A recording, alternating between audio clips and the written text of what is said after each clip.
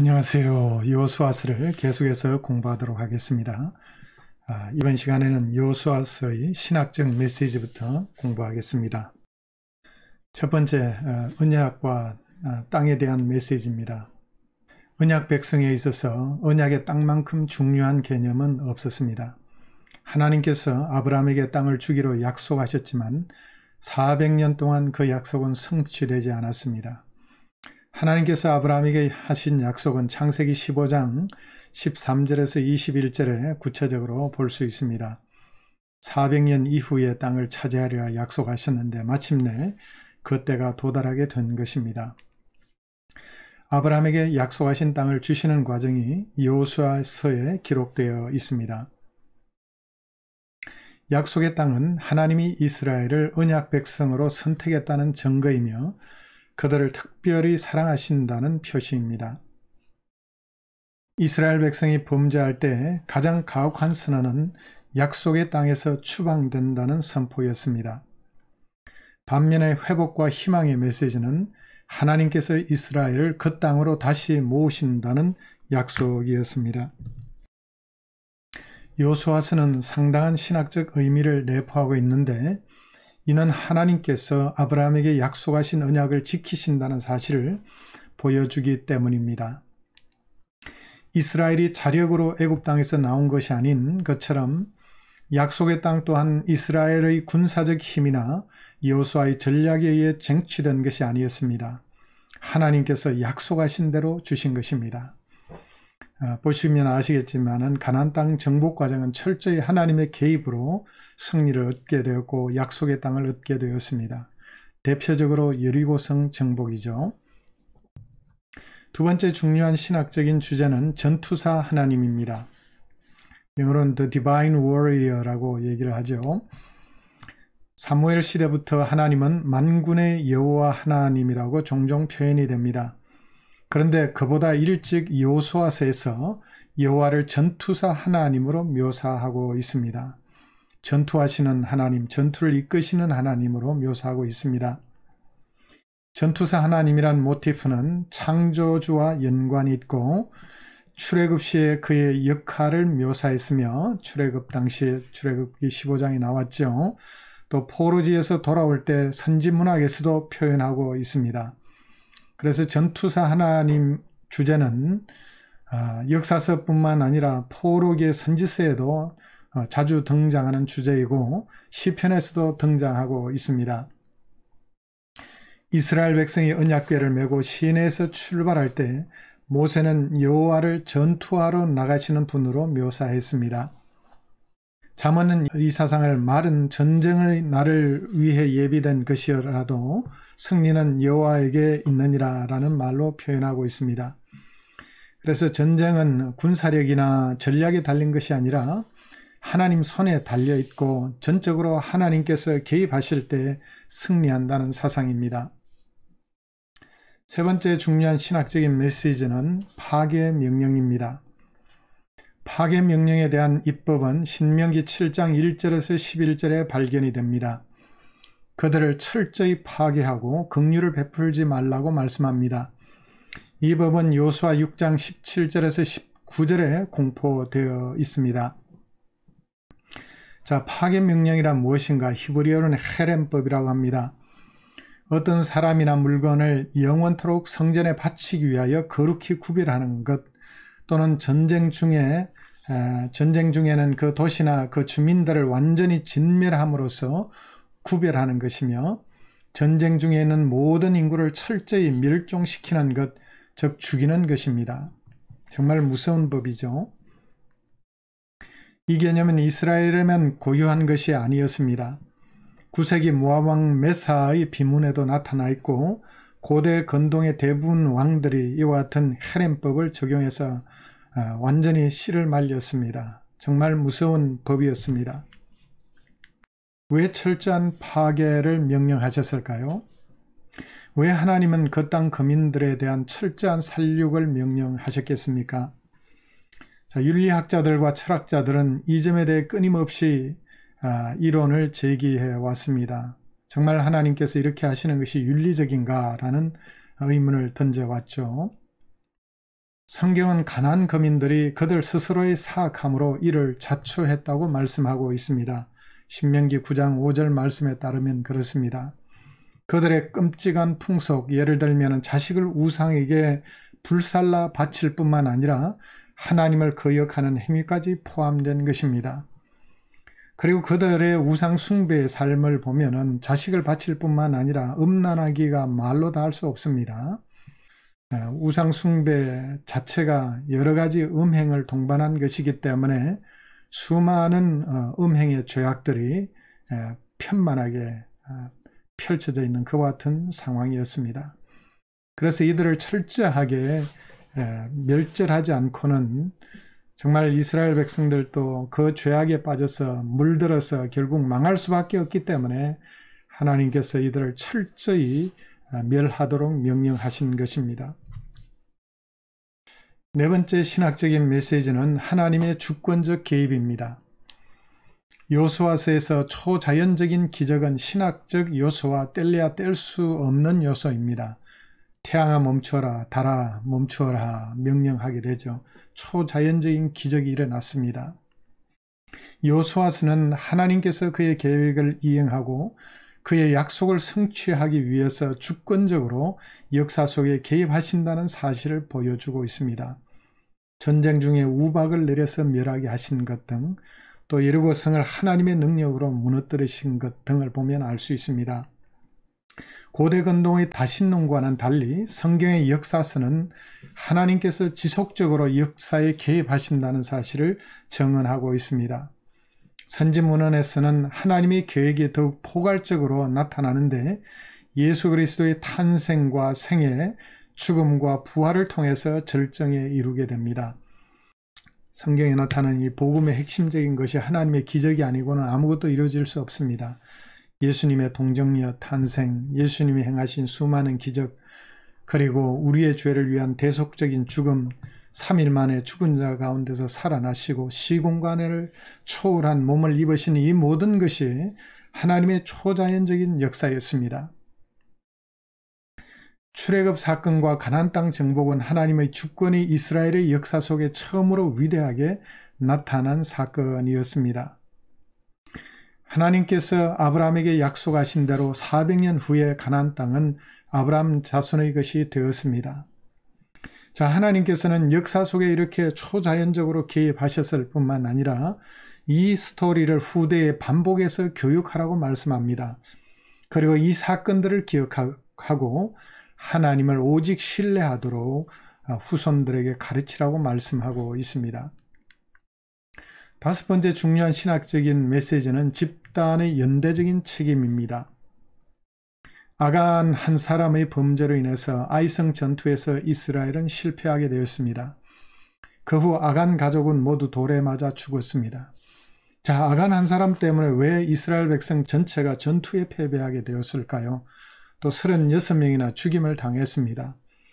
아간 한 사람의 범죄로 인해서 왜 그 가족과 우양의 새끼까지 모두 다 처벌을 받아야 되었을까요? 이것이 바로 집단의 연대 책임입니다. 자, 오늘날 개인주의적인 문화에서 보면은 한 사람의 범죄로 인해 수많은 사람이 고통을 받아야 한다는 사실은 너무나 불공평해 보입니다. 어떻게 보면 율법의 내용과도 모순처럼 보입니다. 자, 신명기에 따르면은 자식의 죄로 인해서 아비가 죽임을 당하거나 아비의 죄로 인해서 자식이 죽임을 당하지 않도록 명하고 있는데, 자, 이런 율법과 상치되는 것은 아닌가라는 의문도 들게 되는 것입니다. 자, 국가적, 민족적 정체성에 대한 인식은 오늘날 사회보다 이스라엘 사회에 훨씬 더 강했습니다. 우리가 이런 관점에서 이 집단의 연대 책임을 이해해야 되겠습니다. 조직의 경고성은 계대결혼과 토지 상속법에 잘 나타나 있습니다. 자, 그래서 어느 과부가 자식이 없이 남편이 죽게 되면은 그 과부를 가까운 친족이 결혼을 해서 대신 자식을 낳아주고 또 토지까지 상속해주는 그와 같은 문화가 있었습니다. 바로 이 집단의 연대 책임의 대표적인 제도이죠. 이런 기업무를자 사상은 어려움 당한 가족과 친족을 도와야 함을 보이는 대표적인 연대 책임 제도 중에 하나인 것입니다. 자, 부정적으로 말하면 한 사람의 잘못으로 모든 사람이 고통을 당할 수 있다는 점을 또한 동시에 보여주고 있습니다. 자, 아간 사건뿐만 아니라 고라, 다담, 아비람 사건에서도 연대 책임 사상을 볼 수 있습니다. 자, 고라, 다담, 아비람뿐만 아니라 이들로 인해서 수많은 이스라엘 백성들이 함께 죽임을 당하게 되었습니다. 연대 책임을 또한 동시에 보여주고 있는 사건들입니다. 아간의 파괴 명령에 대한 범죄는 그 자신이 그 파괴 명령 속에 포함되었음을 의미합니다. 자신을 파괴한 대상으로 포함시킴으로써 그는 가족에게 재난을 몰고 오게 되었습니다. 그래서 자신이 훔침으로 말미암아 자신과 자신의 가족, 자신에게 속한 모든 것이 헤렘의 대상이 되었습니다. 왜냐하면 그 파괴 명령의 기능은 그 직계 가족을 모조리 처형하는 것이기 때문인 것입니다. 가나안 7족속처럼 똑같이 아간의 가족도 처형을 당하게 된 것이죠. 이제 내용을 개관하도록 하겠습니다. 자, 여호수아서 1장에서 5장까지의 내용입니다. 자, 여호수아에게 주신 말씀이 1장에 기록이 되어 있는데 하나님께서 여호수아에게 가나안 땅 정복 명령을 주셨고 또 율법을 철저히 준수하도록 말씀하셨습니다. 율법을 주야로 묵상하여 지키라, 그리하면 형통하리라 라고 거듭거듭 말씀하십니다. 그리고 또한 강하고 담대한 마음을 가지라고 계속해서 말씀하십니다. 전쟁하는 용사에게 가장 중요한 마음은 강하고 담대한 마음이 아니겠습니까? 하나님께서 그리고 그들과 함께 하시겠다. 승리를 약속하셨을 뿐만 아니라 함께 하시겠다고 약속하셨습니다. 자, 여호수아서 1장 5절에서 9절까지 말씀을 한번 읽어보겠습니다. 내 평생에 너를 능히 대적할 자가 없으리니 내가 모세와 함께 있었던 것 같이 너와 함께 있을 것임이니라. 내가 너를 떠나지 아니하며 버리지 아니하리니 강하고 담대하라. 너는 내가 그들의 조상에게 맹세하여 그들에게 주리라 한 땅을 이 백성에게 차지하게 하리라. 오직 강하고 극히 담대하여 나의 종 모세가 내게 명령한 그 율법을 다 지켜 행하고 우로나 좌로나 치우치지 말라. 그리하면 어디로 가든지 형통하리니 이 율법책을 내 입에서 떠나지 말게 하며 주야로 그것을 묵상하여 그 안에 기록된 대로 다 지켜 행하라. 그리하면 내 길이 평탄하게 될 것이며 내가 형통하리라. 내가 내게 명령한 것이 아니냐. 강하고 담대하라. 두려워하지 말면 놀라지 말라. 내가 어디로 가든지 내 하나님 여호와가 너와 함께 하느니라. 자, 여기에 보시면 하나님께서 내 평생에 너를 능히 대적할 자가 없으리라 약속하시고 내가 모세와 함께 있었던 것처럼 너와 함께 있을 것이라. 그래서 하나님께서 여호수아에게 승리를 이미 약속하시고 있습니다. 그리고 이를 위해서 내가 끝까지 함께 하겠다고 약속하십니다. 자, 5절에도 이렇게 말씀하시고 또 마지막 부분에도 내 하나님 여호와가 너와 함께 하느니라, 함께 하겠다고 약속합니다. 전쟁의 승리는 하나님이 함께 하시느냐 함께 하시지 않느냐에 달려 있습니다. 우리의 모든 삶의 문제도 마찬가지죠. 우리의 삶 가운데 하나님이 함께 하시느냐 함께 하시지 않느냐에 달린 것입니다. 그래서 우리가 구해야 할 것은 하나님의 임재의 복, 정말 하나님께서 우리와 함께 하시도록 우리가 거룩한 백성 제사장 나라로 구비될 때 하나님께서 함께 하시고 승리는 우리에게 주어지는 것입니다. 그래서 하나님께서는 거룩한 백성으로 삼기 위해서 계속해서 강조하는 것이 율법을 지켜 행하라, 율법을 주야로 묵상하라라고 여기서 강조하고 있습니다. 율법책을 묵상하여 그 안에 기록된 대로 다 지켜 행하라, 율법을 다 지켜 행하라고 말씀하고 있습니다. 자, 하나님께서 함께 하시기 위해서는 거룩한 백성이 돼야지 하나님이 함께 하시고, 그렇기 때문에 승리할 수 있기 위해서는 반드시 거룩한 백성으로 이들이 구별돼야 되는 것입니다. 그래서 율법의 말씀을 지키라 계속해서 강조하고 있습니다. 그렇게 되면은 반드시 평탄하게 될 것이고 형통하게 되리라 약속하고 있습니다. 또 오직 강하고 극히 담대하라, 강하고 담대하라, 또 강하고 담대하라, 두려워하지 말며 놀라지 말라. 싸움을 앞둔 장수에게 가장 필요한 말씀은 바로 용감한 마음의 자세, 용기 있는 마음의 자세, 강하고 담대한 마음의 자세입니다. 이를 위해서 계속해서 강조하고 있습니다. 자, 그 다음에 2장에는 정탐꾼을 보낸 이야기가 기록되어 있습니다. 두 사람의 정탐꾼이 들어가서 여리고의 라합의 집에 들어가게 됩니다. 그런데 여리고 왕이 알고 정탐꾼을 잡아내라고 합니다. 그때 라합은 그들을 숨겨주게 되죠. 지붕 위에 숨겨주게 됩니다. 이때 라합이 이 정탐꾼 두 사람에게 한 고백이 있습니다. 이 고백이 진짜 라합을 살게 만들었습니다. 또 그들이 눕기 전에 라합이 지붕 위에 올라가서 그들에게 이르되 말하되 여호와께서 이 땅을 너희에게 주신 줄을 내가 아노라. 우리가 너희를 심히 두려워하고 이 땅 주민들이 다 너희 앞에서 간담이 녹나니 이는 너희가 애굽에서 나올 때 여호와께서 너희 앞에서 홍해 물을 마르게 하신 일과 너희가 요단 저쪽에 있는 아모리 사람의 두 왕 시온과 옥에 행한 일 곧 그들을 전멸시킨 일을 우리가 들었음이니라. 우리가 듣자 곧 마음이 녹았고 너희로 말미암아 사람이 정신을 잃었나니 너희의 하나님 여호와는 위로는 하늘에서도 아래로는 땅에서도 하나님이시니라. 예. 자, 이 라합의 고백, 신앙 고백과 같습니다. 여호와께서 이 땅을 주신 줄 안다. 또 너희의 하나님 여호와는 위로는 하늘에서도 아래로는 땅에서도 하나님이시다. 상천하지의 하나님이시다는 말입니다. 그러므로 이 상천하지의 하나님께서 반드시 이 땅을 주실 줄 믿고 있는 것입니다. 그래서 그의 생명을 구하고 있는 것입니다. 가나안 7족속들은 멸절의 대상이지만 여호와 하나님을 신뢰한 라합은 살게 되었습니다. 나중에 기브온 거민도 똑같은 현상이 일어나게 되는데 그들도 여호와 하나님을 두려워하여 여호와 하나님을 의뢰하고 하나님을 신뢰하게 되었을 때 그들은 생존하게 되었고 나중에 포로 귀환 시까지 그들이 돌아오는데 바로 그들이 느디님이라는 새로운 이름을 가진 하나의 공동체로 생존하게 되었습니다. 멸절의 대상이었지만 여호와를 신뢰하는 사람은 반드시 여호와 하나님께서 긍휼을 베푸신다는 사실을 알 수 있습니다. 자, 이 두 정탐꾼은 여호와께서 그 온 땅을 우리에게 주셨다라는 얘기를 하고 그들의 간담이 녹고 있다는 보고를 하게 됩니다. 그래서 용기 백배하여 정복하러 들어가게 되죠. 자, 3장과 4장에서는 요단강을 건넌 것과 기념비를 세운 이야기가 기록되어 있습니다. 언약궤를 맨 제사장들이 요단에 들어서자 물이 갈라지게 됩니다. 자, 홍해도 하나님께서 가르셨고 요단물도 하나님께서 가르셨습니다. 그때 홍해는 모세가 지팡이를 가리키자 갈라졌지만 이번엔 제사장들의 발이 요단물에 들었을 때 물이 갈라졌습니다. 그리고 요단을 건너면서 제사장들은 강 중간에 있고 12개의 돌을 요단에서 취해서 길갈 이스라엘 백성들이 거하는 곳에 두게 됩니다.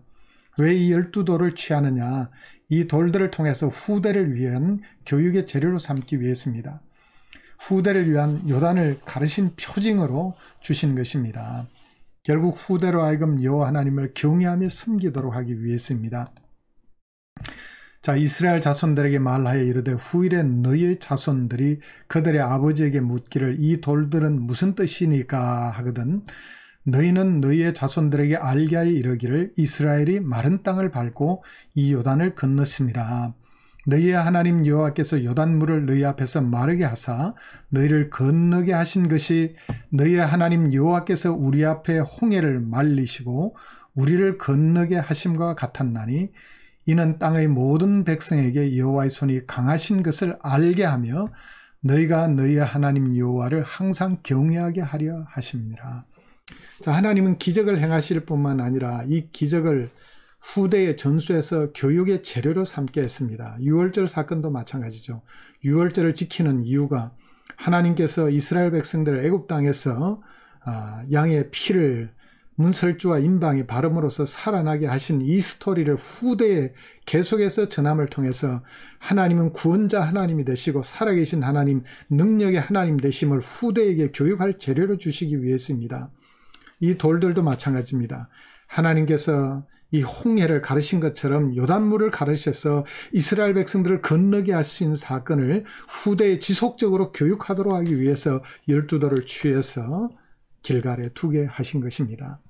자, 하나님은 과거의 구원의 사건을 지속적으로 기억하고 우리가 그 기적들을 기억함을 통해서 더욱더 하나님만을 신뢰할 수 있도록 하기 위해서 교육을 위해서 이와 같은 일을 하신 것을 우리가 알 수 있습니다.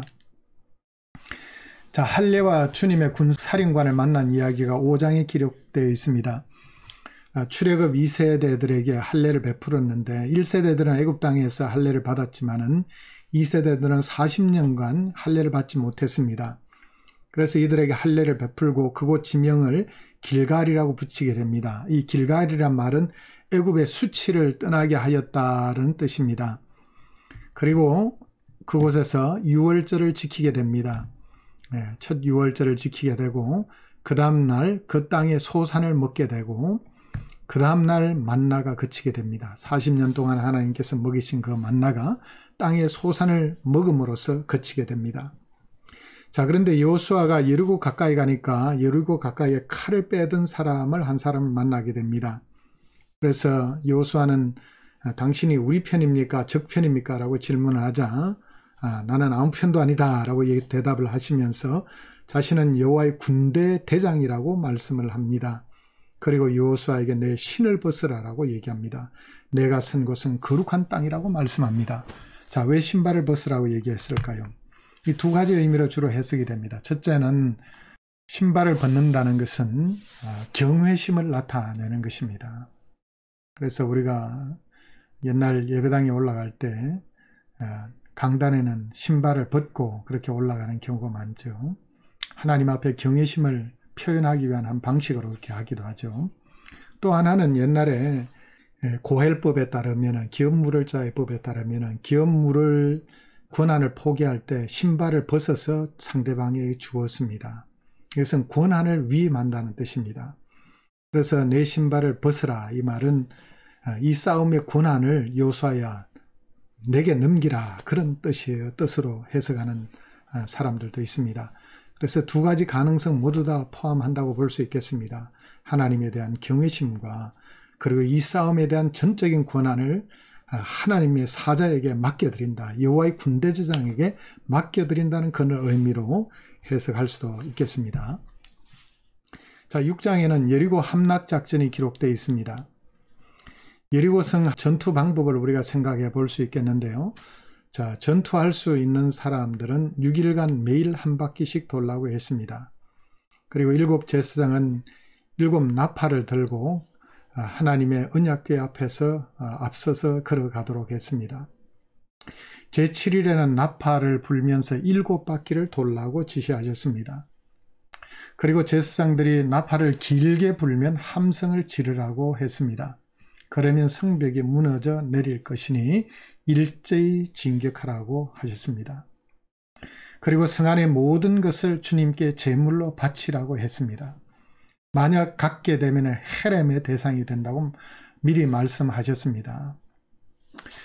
자, 라합과 부모와 형제와 친족들도 살리라고 말씀하고 있습니다. 자, 여리고 전투는 정말 독특한 방법으로 전투를 하고 있습니다. 칼을 빼들라든지 또 무장을 하라든지 전략을 잘 짜라든지 이런 말은 한 군데도 볼 수 없습니다.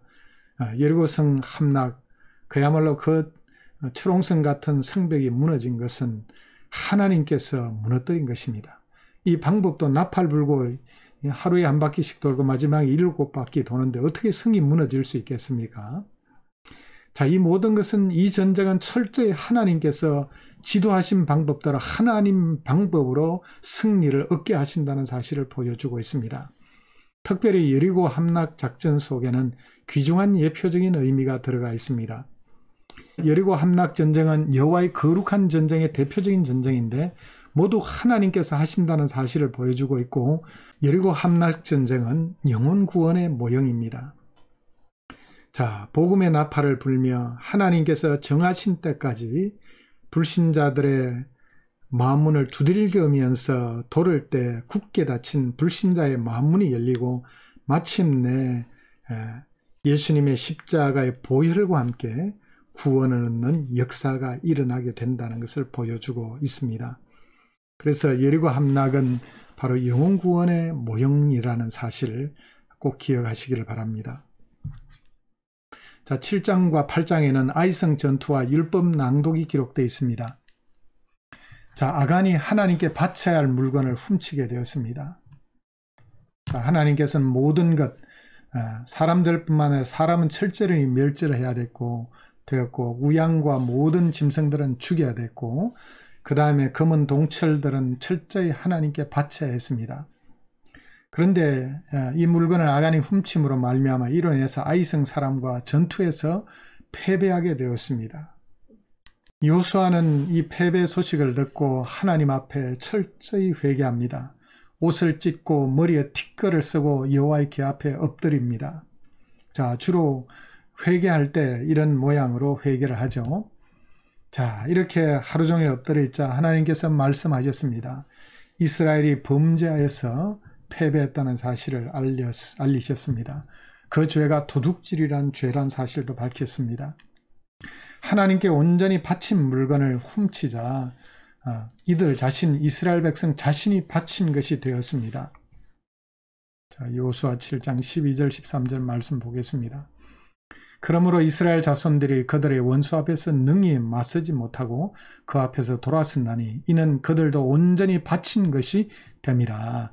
이스라엘 백성도 이로 말미암아 훔침으로 말미암아 바친 것이 되어버렸다는 것입니다.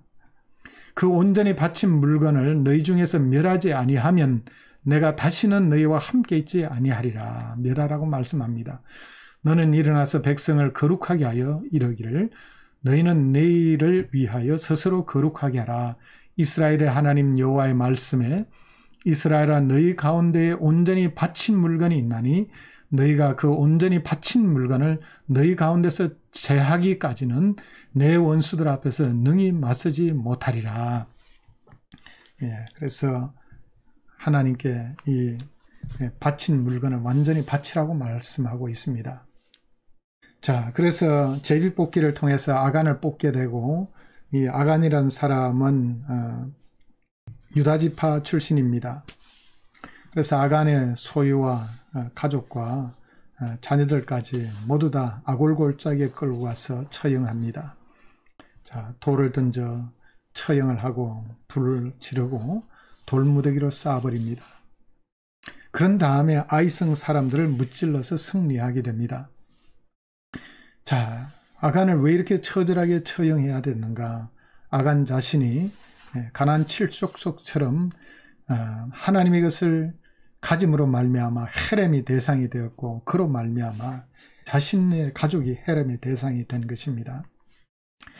자, 백성을 그리심산과 에발산 앞에 반반씩 세우고 율법의 책에 기록된 축복과 저주의 말을 낭독하게 했습니다. 축복과 저주는 율법의 순종에 달린 것입니다. 자, 아이성 전투에서 승리한 이후에 백성을 그리심산과 에발산 앞에 반반씩 세우고 율법책에 기록된 축복과 저주의 말을 낭독하게 했습니다. 자, 이 말씀대로 순종하겠다는 표시이죠. 축복과 저주는 율법의 순종에 달렸다는 사실을 이 사건을 통해서 다시금 확인시켜 주고 있습니다. 자, 여리고와 아이성 정복을 이제 지도를 통해서 보겠습니다. 자, 모압 평지에 있던 이스라엘 백성들은 이 요단강이죠. 요단강을 건넌 이후에 길갈로 가게 됩니다. 자, 이곳에서 첫 제단을 세우게 되고 할례를 베풀고 유월절을 지키고 그런 다음에 이제 여리고를 점령하게 되죠. 자, 길갈에서 할례를 베푸는데 사실 여리고 적들 바로 앞에서 할례를 베풀었습니다. 옛날 사건 알죠? 디나 강간 사건 때 할례로 인해서 고통당할 때 야곱의 아들들이 그 세겜 부족을 멸절했잖아요. 지금 적 앞에서 할례를 베풀고 있습니다. 만약 여리고 사람들이 알고 뛰쳐나와서 이들 고통할 때 점령하게 되면 다 죽을 수 있습니다. 자, 그런데 자, 이런 상황 가운데 하나님의 거룩한 백성으로 구별하기 위해서 하나님은 특별한 방법으로 할례를 베풀게 하셨고 말씀에 순종하자 하나님께서 함께 하시고 승리를 안겨주신 것입니다. 자, 여리고 전투에 승리하고 그 다음에 아이성 전투에 들어갔다가 첫 번째 패배하게 되죠. 그런 다음에 아간을 헤렘으로 들인 이후에 아이성 전투에서 승리하게 됩니다. 복병을 뒤에 두고 앞에 있던 병사들은 패배하는 것처럼 도망가다가 뒤돌아서서 복병과 함께 협공을 해서 아이성을 점령하게 됩니다. 자, 이제 9장에는 기본 주민의 속임수가 기록되어 있습니다. 자, 히위 사람인 기브온 주민은 생존을 위해서 낡은 부대, 헤어지고 터져서 기운 가죽 포도주 부대, 낡은 신, 낡은 옷, 마르고 곰팡이가 난 빵을 들고 와서 먼 곳에서 왔다고 속여서 조약을 맺자고 제안을 합니다. 자, 이 말에 속아 주님께 묻지도 않고 평화 조약을 맺었으나 3일 후에 속은 줄 알게 됩니다. 이를 안 회중이 지도자를 원망하게 됩니다. 성경에는 분명하게 밝히고 있습니다. 여호와께 묻지 않고 조약을 맺었다라고요. 참 여호수아처럼 대단한 지도자도, 정말 믿음의 사람도 하나님께 여쭈지 않고 자기 마음대로 결정을 하게 되자 결국 패배하게 됩니다. 여러분, 우리가 무슨 일을 하든지 간에 정말 하나님의 뜻에 묻고 시작하는 것은 너무나 중요한 것입니다. 하나님께 묻고 여쭈을 때 하나님께서 온전한 승리를 안겨주실 수 있습니다. 자, 항복한 기브온 주민을 하나님의 집에 나무 패는 자와 물 깃는 자로 부리게 되었습니다.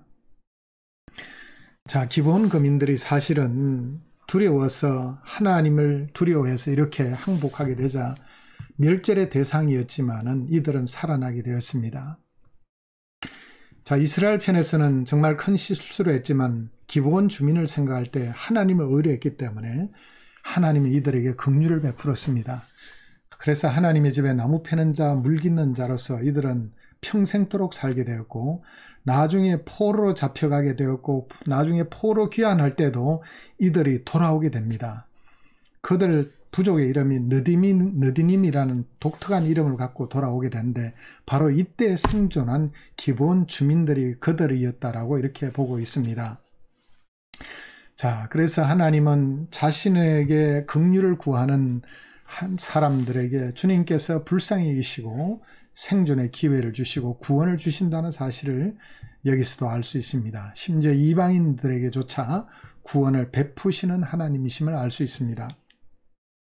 여기서 또 우리가 배워야 될 것은 지도자의 실수입니다. 하나님께 묻지 않았기 때문에 가나안 7족속 중에 기브온 거민들을 살려두게 되었습니다. 가나안 7족속 멸절의 명령을 불순종한 계기가 되었습니다. 자, 우리에게 이런 도전 질문을 해볼 수 있습니다. 거짓말한 기브온 주민을 살려둬야 하는가? 거짓말로 조약을 맺었는데, 그런데 여호수아는 하나님의 이름으로 맹세했기 때문에 죽이지 말라고 합니다. 자, 오늘날 우리가 생각하는 기준과는 상당한 차이가 있습니다.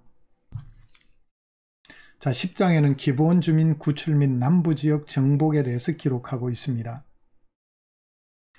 아모리 족속의 다섯 왕, 예루살렘, 헤브론, 야르뭇, 라기스, 에글론 왕이 기브온을 공격하자 여호수아에게 도움을 요청했습니다. 자, 평화조약을 맺는다는 것은 서로 간에 어려움을 당할 때, 침공을 당할 때 서로 돕는 조약을 의미하는 것입니다. 그래서 기브온 거민이 공격을 당하자 평화조약 때문에 개입하게 된 것이고, 또 하나님께서 점령하라고 했기 때문에 또 이 전투에 참여하게 된 것으로도 볼 수 있겠습니다. 하나님께서 큰 우박을 내려 적을 무찌르시고 전쟁 중에 해와 달이 멈추는 기적을 일으켰습니다. 네. 해와 달이 전투가 끝나기까지 멈추지 않았습니다. 정말 하나님은 기적적으로 전투에 개입하시고, 이 전투는 하나님이 함께 하시는 전투이심을 다시금 보여주고 있습니다. 우박을 내린 것도 마찬가지죠. 하늘에서 우박 내리는 거 하나님이 하셔야지 가능한 일이죠. 여호수아는 다섯 왕을 처형하고 막게다, 림나, 라기스, 에글론, 헤브론, 드비를 정복하게 되었습니다. 지도를 통해 뒷부분에 보겠습니다. 가나안 전쟁은 철저히 하나님께서 이끄시는 여호와의 거룩한 전쟁이었습니다.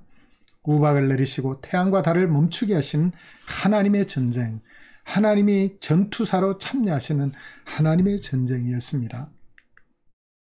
자, 아모리 족속 다섯 왕과의 전투에 대한 이야기입니다. 자, 아모리 족속의 왕 예루살렘 왕을 중심으로 헤브론, 야르뭇, 라기스, 에글론, 막게다 아니군요. 에글론 왕까지 다섯 왕이 뭉쳐서 기브온을 공격하게 됩니다. 자, 이 소식을 듣고 길갈에 있던 여호수아의 군대는 급히 와서 이들을 쳐서, 자, 이들을 벳토론에서 무찌르고 또 아레 벳토론까지 쫓아가서 무찌르고 아일론 골짜기에까지 패배시키고 자, 여기서 태양아 멈추어라, 달아 멈추어라 외치게 되죠. 아얄론 골짜기로 내려오면서 계속해서 무찌르게 되고 아세가를 점령하고 그리고 막게다까지 점령하게 됩니다. 자, 가나안 남부 지역 정복을 보겠습니다. 자, 게셀 왕이 서둘러서 라기스를 도우러 왔는데 요수아는 자, 아둘람에서 막게다를 치고 림나를 정복하고 라기스를 정복하고 에글론을 정복하고 헤브론과 드빌까지 정복하게 되었습니다. 자, 이 도시들이 유다 남쪽에 있는 지역들입니다. 자, 11장과 12장에는 가나안 북부 지역 정복에 대해서 얘기를 하고 있습니다. 자, 하솔왕 야빈이 북부 지역 왕들을 모아서 메론 물가에 진을 치게 됩니다. 이 하솔이라는 곳은 정말 당시에 대단히 강한 것과 같은 성읍이었습니다. 하솔왕은 그만큼 영향력이 많았죠. 자, 하솔왕이 주변 군사들을 모으고 이 메론 물가에 진을 치게 됩니다. 요수아는 하나님의 음성을 듣고 메론 물가로 기습 공격을 하게 됩니다. 그래서 하솔을 점령하고 모든 성읍들을 점령하게 됩니다. 자, 메론 물가로 모인 왕들을 요수아가 치고 가서 자, 하솔도 점령하게 되었고 그리고 이 북쪽 지역의 대부분 지역을 이때 점령하게 됩니다. 자, 하솔 왕이 모은 왕들은 시므론, 악삽 등 왕들을 모아가지고 메론 물가에 있었는데 요수아가 이렇게 치고 해서 다 북쪽 지역 전체를 장악하게 되었습니다. 자, 원주민과 아낙 사람을 공격하여 멸절시켰고 블레셋 일부 지역 외에 모두 멸절시켰습니다. 블레셋 지역은 자, 이 밑에 지역이죠. 그리고 전쟁이 그치고 사람들이 평화를 누리게 되었다고 말씀하고 있습니다. 이제 12장에는 모세와 여호수아가 정복한 왕들의 명단을 기록하고 있습니다. 자, 요단 동편의 2왕과 그리고 요단 서편의 31왕, 총 33왕의 이름이 등장하고 있습니다. 그런 다음에 13장에서 19장까지는 정복한 땅을 분배한 것이 기록되어 있습니다. 자, 요단 서편의 9지파 반이 분배를 받았고 요단 동편의 2지파 반이 분배를 받았습니다. 이 지도를 통해서 보겠습니다.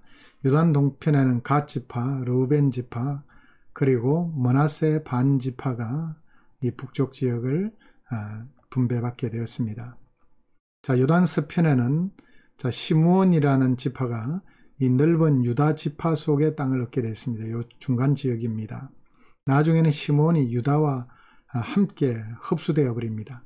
그 다음 베냐민 지파가 유다 지파 북쪽에, 그 다음 북쪽에는 에브라임 지파, 그 다음 요단 편의 므낫세 반지파가 이렇게 넓게 차지하게 되었고, 그 다음에 이사갈 지파가 차지하게 되었고, 그 다음에 스불론 지파, 그 다음 아셀 지파, 납달리 지파가 이 좁은 지역을 이렇게 여러 지파가 차지하게 되었고, 단 지파가 이 북쪽에 차지하게 되었습니다.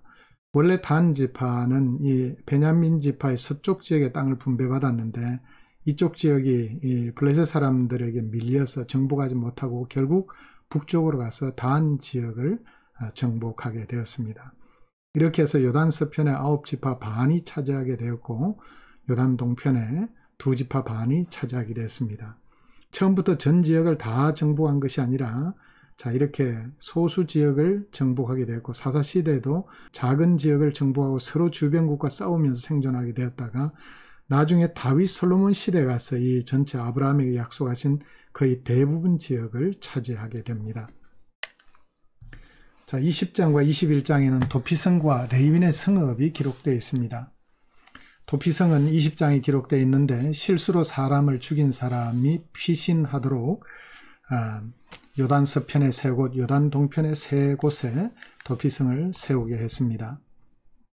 자, 의도적인 살인자는 재판을 통해 확인한 후에 반드시 처형하게 했습니다. 그래서 의도적인 살인자는 도피성에 숨어 들어가도 이들을 잡아내서 재판해서 살인 의도가 드러나게 되면 처형을 했습니다.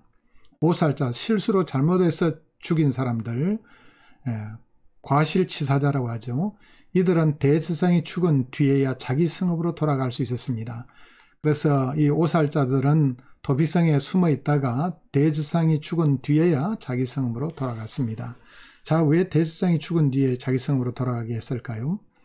이 도피성 제도는 대제사장 되신 예수 그리스도의 대속적 죽음으로 죄인들이 구원 얻는 모형입니다. 그래서 대제사장 되신 예수님께서 우리 죄를 위해서 죽으심으로 말미암아 모든 죄인들이 살아나게 된 것처럼 이 도피성에 피해 살던 이 살인자도 대제사장이 죽음을 통해서 죽은 이후에 자신의 성읍으로 돌아간 것은 바로 예수 그리스도의 대제사장적 중보 사역을 예표하고 있는 것입니다. 자, 레위인의 성읍이 21장에 기록되어 있는데 총 48개의 성읍과 그 딸린 목장을 분배해 주었습니다. 주님께서 조상들에게 맹세하신 땅을 주셨다라고 결론을 맺고 있습니다. 그리고 사방에 평화를 주시고 말씀하신 대로 이루어졌다라고 말씀합니다. 비록 완전하지는 않지만 하나님께서 약속하신 대로 가나안 땅을 정복하게 되었습니다. 자, 22장에는 요단 동쪽 지파의 귀환 및 단 쌓는 사건이 기록되어 있습니다. 자, 가나안 정복 전쟁을 마무리한 후에 르우벤, 갓, 므낫세 반 지파가 요단 동편으로 건너갔습니다. 모세에게 약속했죠. 이들은 가족들을 요단 동편에 두고 자신들이 먼저 요단 서편을 정복할 때 앞장서겠다고 약속했습니다. 그 약속대로 이 두 지파 반은 앞장서서 싸웠습니다. 그런 다음에 돌아가게 됐습니다. 그런데 이들이 돌아가면서 그 일롯에 단을 쌓고 돌아가게 됩니다. 단을 쌓았습니다. 그 일롯에. 자, 이것 때문에 문제가 됩니다. 자, 요단 서편 지파들이 이 두 지파 반이 단 쌓았다는 소식을 듣고는 오해를 하게 됩니다. 그래서 9지파 반, 서쪽의 9지파 반 대표자 비느하스와 10명의 대표자가 동쪽 지파에 찾아가서 항의를 합니다. 왜 단을 쌓았느냐라고 항의를 하게 되죠. 동쪽 지파는 이 단은 제사를 위해서 쌓은 것이 아니라 우리의 믿음을 증명하려고 세운 것이라고 해명합니다. 자, 후대에 우리와 너희들이 무슨 상관이 있냐? 후대에 질문을 하게 되면 이 단을 보라. 이것이 바로 우리가 한 민족이라는 증거로 보여주기 위해서 증명하기 위해 세운 것이라고 얘기합니다.